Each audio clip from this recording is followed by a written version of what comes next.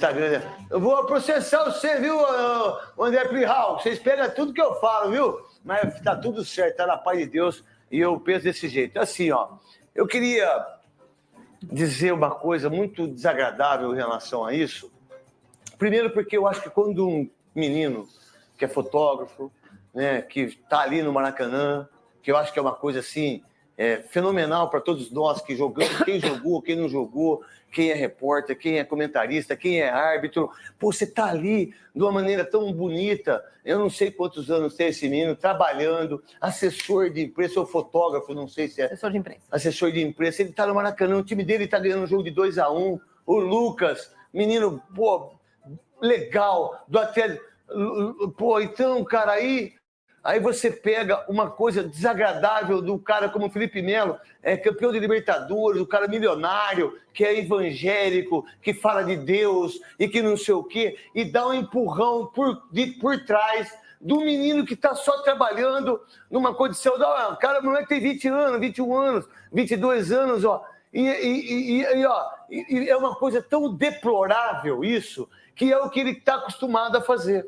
Por que ele faz isso, no meu ponto de vista? Porque ele gosta de chamar a atenção do Fluminense em relação a quando está perdendo. Vamos mostrar aqui para o Buga, mostrar para a Lívia, depois o Luciano, para o Sálvio. Primeiro o Sálvio, porque para falar em relação à punição, essas coisas todas, e depois vocês todos. A gente coloca esse empurrão de uma... Como que chama o menino, que é o assessor de imprensa? Álvaro Castro. O Álvaro, todo o meu respeito por você, pela sua família. Não se sinta caído, não. Caído e se envergonhado é quem fez isso. Você só estava trabalhando. E por sinal, é um profissional decente. Menino aí, vestindo as camisas, a história do Atlético Goianiense, aonde você pega uma coisa tão ridícula como esse cara fazendo. Aí vem o Fernando Diniz, que fala que é psicólogo, né? Que ele primeiro quer fazer com que o ser humano seja mais importante que o jogador de futebol. Então, você que tenha a visão em relação ao Felipe Melo, que por sinal... Tem o Fernando Diniz falando? Coloque, então. Lido bem com isso. O Felipe é um cara assim que tem uma relação extremamente positiva com ele. Um cara que tenta defender o clube.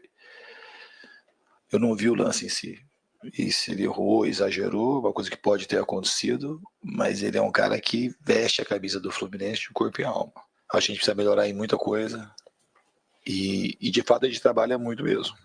Eu acredito muito no time, acredito muito nos jogadores, para a gente se ajustar e sair dessa situação péssima que a gente se encontra no Campeonato Brasileiro. Os 6 meses do ano a gente está jogando muito abaixo do nível que a gente... Mentira! Eu não gosto de mentira na televisão. Ele viu o lance. Eu não gosto de mentira na televisão, eu não gosto das pessoas que não sejam justas. Eu acho que todo mundo erra, como eu erro todos os dias. Eu erro apresentando os donos da bola, eu erro aqui, às vezes eu passo do limite com as pessoas, mas a gente tem que ter humildade para saber quando uma pessoa está errada. Ainda mais você, Fernando Diniz, que paga pau, que você quer ser psicólogo. Não, meu irmão, se ele errou... Não, desculpa, Salve, por favor. Exagerou, errou, não dá para o Fernando Diniz usar esse argumento se ele passou do ponto, não dá. É uma ação violenta, é uma agressão. Não dá para comparar o Carlos Miguel com o Caleri, que foi um sai para lá, e aqui foi uma agressão nas costas. O árbitro colocou no relatório e ele, inclusive, considerou como um empurrão violento. E sim, para mim é agressão e o tribunal tem que agir com rigor. E o Fernando Diniz não pode passar a mão na cabeça, não. Marília. Eu acho que, além de tudo, né, o Fernando Diniz, que vergonha, passado algum tempo na coletiva de imprensa, as imagens claras de que ele viu o que aconteceu, ele pode até defender o jogador dele, sabe-se lá com que argumento. Mas dizer que ele não viu, pode ter acontecido, que normalmente é assim que, né, as pessoas estão erradas, falam, se eu te magoei, se eu errei, eu peço desculpas, está claramente o que aconteceu. Eu queria só explicar o que acontece nesse lance, porque o Felipe Melo reclama que o assessor de imprensa está na frente do banco do Fluminense. O que aconteceu? Saiu o gol do Atlético Goianiense e o assessor de imprensa do Atlético Goianiense também faz as imagens de dentro de campo da comemoração, da TV Atlético Goianiense. Todo mundo faz isso, Ele vai com a câmera do outro lado onde sai o gol, faz a imagem da comemoração, você vê que os jogadores estão se recompondo no campo para a bola voltar a jogar. Ele está passando ali na frente porque ele está voltando para o outro lado. E o jogo está parado. O jogo está parado, ele não foi ali comemorar o gol. Claramente, numa imagem aberta, dá para ver que ele atravessou o campo, fez o trabalho dele e está voltando. Ele podia estar com um sorriso no rosto? Provavelmente estava. Mas só faltava ele chorar, né? Porque o time dele está ganhando o Maracanã. Virou o jogo E é bom perdido. lembrar que não foi o único que fez isso. O Guga estava no banco de reservas, ele também agrediu o repórter cinematográfico da TV Globo, o Sport TV, porque estava filmando ele no banco. Quer dizer, é um time que está demonstrando sinais de descontrole. É o equilíbrio do Já treinador. aconteceu também com o Diniz em outros times, mas no caso do Felipe Melo, não adianta nem tomar cloroquina, porque vai tomar uma suspensão. Não vai, tem que Não ser. tem como. Não é E, possível. Neto, só, Por desculpa, favor. e outra coisa, o argumento é esdrúxulo pra gente colocar assim, falar, Isso. veste a camisa do Fluminense. Não é porque Não veste a camisa justifica do a violência. Fluminense, do Corinthians, do Grêmio, do Flamengo, de qualquer time, que te livra para fazer qualquer coisa. Não, deveria respeitar a camisa do Fluminense. Boa, Lívia. Deveria respeitar a história do Fluminense. O problema é que eu acho que se normaliza. É o Felipe Melo. Ele está brigando pelo Fluminense. É normal, é o Felipe Melo. Até quando? Ele foi covarde. Ele, além de ser um agressor, porque isso é agressão, ele foi um covarde.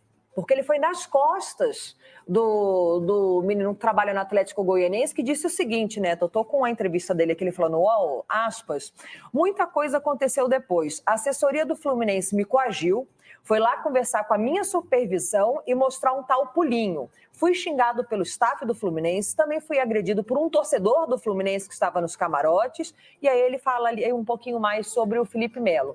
O Felipe Melo foi covarde. A gente precisa parar de normalizar. Agora vão julgar, vão analisar, ele vai ficar o quê? 2 jogos fora? Que 2 jogos? Você não vai pegar nenhum. Eu acho, Neto, que às vezes acontecem muitas coisas no futebol em que você tira o foco. Isso. A gente tem que falar que a bolinha que está jogando o atual campeão da Libertadores, ela é pequena, é o vice-lanterna da competição nesse momento. E hoje a notícia qual é? É a agressão do Felipe Melo. Não é a vitória do Atlético Goianiense. Não é a virada heróica do Atlético Goianiense, que já se recuperou contra o Corinthians, perdendo por 2-0, consegue uma virada no Maracanã no último lance. E assim, a situação do Fluminense dentro de campo que eu acho que preocupa o torcedor.